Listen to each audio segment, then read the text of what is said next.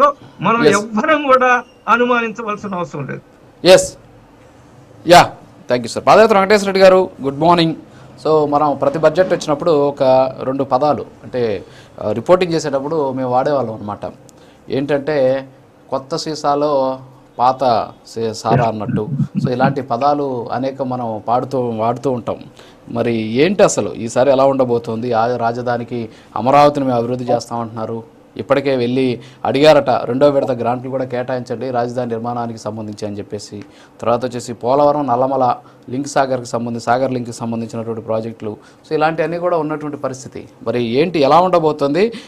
Double engine సర్కార్ అంటున్నారు. At the same time బీహార్ని పక్కన పెట్టేస్తే ఇప్పుడు ఆంధ్రప్రదేశ్ అనేది కేంద్ర భాగస్వామ్యంలో చాలా కీలకమైనటువంటి పార్టీగా మారినటువంటి పరిస్థితి. ఏంటి, ఎలా ఉండబోతుంది అంటున్నారు? కేంద్రం నుంచి ఏమన్నా భారీగా వచ్చేటువంటి అవకాశాలు ఉన్నాయా? ఏంటి మీ పార్టీ ఏం ఆలోచిస్తుంది? ముందుగా ప్రైమ్ 9 వీక్షకులకి, ప్యానెల్లో ఉన్న పెద్దలకి, రాష్ట్ర ప్రజలకి, రాజు గారికి శుభోదయం. మానవుడే మహనీయుడు, మనిషే దేవుడు, సత్యమేవ జైతే. ఇక్కడ దయచేసి కూటమి ప్రభుత్వం ఇప్పటికీ అధికారంలోకి వచ్చి 12 ఏళ్ళు అయింది.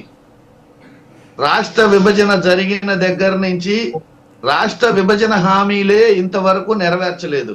చట్టంలో పొందుపరిచిన అంశాలను కూడా ఇంతవరకు పరిష్కరించలేదు. 12 ఏళ్ల కాలం కూడా వీళ్ళకి సరిపోలేదు. ఇప్పటికీ నేను చిన్నప్పటి నుంచి వింటున్న మాట ఏంటంటే, దేశం అభివృద్ధి చెందుతుంది, మన రాష్ట్రం అభివృద్ధి చెందుతుంది, ముందుకు పోతుంది. ఇది వింటూ ఉన్నా. నేనేమంటానంటే, దయచేసి కేంద్ర ప్రభుత్వాన్ని, అసలు ఆంధ్రప్రదేశ్ అభివృద్ధి చెందిన రాష్ట్రమా, చెందుతున్న రాష్ట్రమా, చెందని రాష్ట్రమా, ఏదో ఒకటి ఫస్ట్ గుర్తించండి. అసలు మేము ఉన్నామని గుర్తించండి. ఆంధ్రప్రదేశ్ అనేది ఒకటి ఉందనేది గుర్తించండి అని మేము అంటున్నాం. ఇక్కడ బడ్జెట్ సమావేశాలు వచ్చిన ప్రతిసారి దక్షిణాది రాష్ట్రాలకు అన్యాయం జరుగుతున్న మాట వాస్తవం. దక్షిణాది రాష్ట్రాలకి ఒక్క ఉమ్మడి ఆంధ్రప్రదేశ్ ఉన్నప్పుడు మాత్రమే మనం కేంద్ర ప్రభుత్వాలని శాసించగలిగాం. అది వాజ్పేయి ఉన్నప్పుడు కానీ, మన్మోహన్ సింగ్ ఉన్నప్పుడు కానీ, పివి నరసింహారావు గారు ఉన్నప్పుడు కానీ అప్పుడే మనం శాసించగలిగాం. ఆంధ్రప్రదేశ్ ఉమ్మడి రాష్ట్రంగా ఉన్నప్పుడే. ఎప్పుడైతే మనల్ని విడగొట్టారో, విడగొట్టిన దగ్గర నుంచి వాళ్ళకో రొట్టె ముక్క, వీళ్ళకొక రొట్టె ముక్క, ఆ రొట్టె ముక్క మళ్ళీ జాయింట్ వేసి తగాదాలు పెట్టే మార్గాన్ని కేంద్ర ప్రభుత్వం ఎంచుకొని ఉంది. కేంద్ర ప్రభుత్వాన్ని మా విన్నపం ఏంటంటే, దయచేసి ఇప్పటికైనా 12 ఏళ్ల కాలం అయ్యింది. ఈ 12 ఏళ్ల కాలంలో దయచేసి విభజనలో హామీలు, చట్టంలో పొందుపరిచిన అంశాలని పరిష్కరించండి.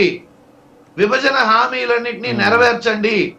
మీరు కొత్తగా ఇచ్చినా ఇయ్యకపోయినా ఇప్పటి వరకు ఇచ్చిన మాటల్ని, ఇప్పటి వరకు చెప్పిన మాటల్ని దయచేసి అమలు పరచమని చెప్పేసి మేము అడుగుతున్నాం. అమరావతి వేగవంతంగా పూర్తవుతుంది. 14 నుంచి 19 వరకు అదే చెప్పారు, ఇప్పుడు అదే చెప్తున్నారు.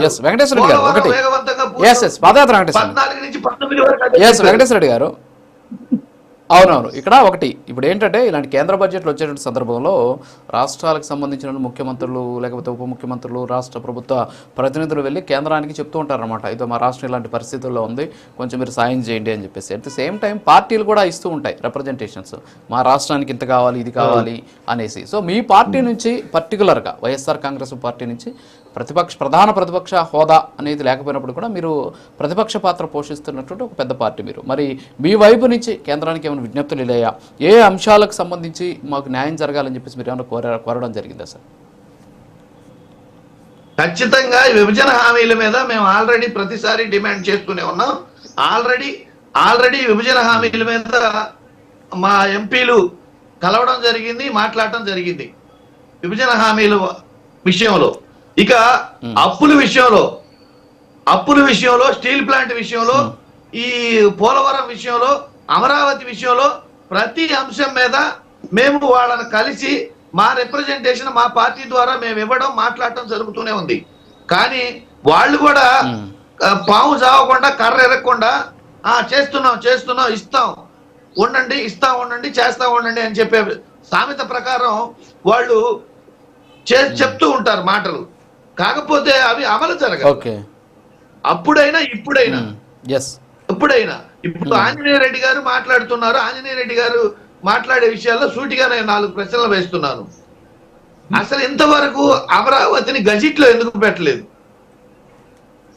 గజిట్లో ఈ బడ్జెట్ లోనైనా పెడతారా? అమరావతిని గజిట్లో పెట్టి ఇప్పటి వరకు అమరావతికి మీరు కేటాయించిన నిధులు ఏంటి? అప్పులు కాదండి, అప్పులు ఆ కంపెనీలు వస్తున్నాయి, ఈ కంపెనీలు వస్తున్నాయి, నిధులు ఏంటి, గ్రాంట్లు ఏంటి, ఇంకా ఎంత ఇవ్వాలి అనుకుంటున్నారు, ఎంత ఇచ్చారు, వీటి గురించి ఒకసారి చెప్పండి. చెప్తే అప్పుడు ఆ కేంద్ర ప్రభుత్వం అసలు ఆంధ్రప్రదేశ్ కి ఏ రకంగా సహకరిస్తుందో తెలుస్తుంది, ఏ రకంగా సహకరిస్తుందో తెలుస్తుంది. దానివల్ల ఇక్కడ ఎంత అభివృద్ధి చెందుతుందో తెలుస్తుంది. పోలవరానికి ఇప్పటి వరకు ఇచ్చిన నిధులు ఎంత, ఇంకా ఇవ్వాల్సింది ఎంత, R&R ప్యాకేజీ కింద ఇంకా ఎంత ఇవ్వాలి, అవి ఎప్పుడు పూర్తి చేస్తారు, అసలు పోలవరం పూర్తి చేస్తారా లేదా? మీ ఎన్నికల మేనిఫెస్టోలో ప్రధాన ఎజెండా పోలవరం అనేది. పోలవరం అనేది ఎప్పటి వరకు వచ్చింది, ఎంతవరకు పూర్తి చేస్తారు? స్టీల్ ప్లాంట్ విషయం మీ ఎన్నికల మేనిఫెస్టోలో ఎన్నికల్లో ప్రైవేటీకరణ చెయ్యము, ప్రైవేటీకరణ జరగదు అని చెప్పారు. కానీ దానికి స్టీల్ ప్లాంట్ కి అప్పు ఇచ్చారు.